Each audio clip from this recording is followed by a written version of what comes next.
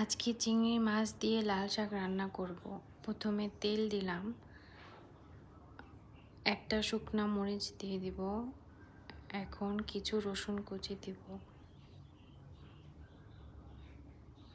একটু ভেজে নেব, তারপর পেঁয়াজ কুচি দিয়ে আর একটু নেড়ে নেব।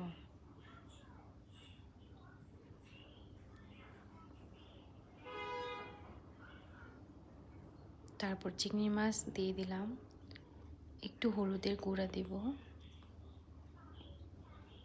নেড়ে চেড়ে ভালো করে ভেজে নেব।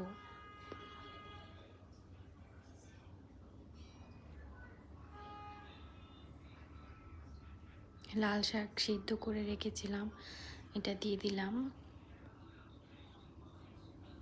ভালো করে নেড়ে ভেজে নেব।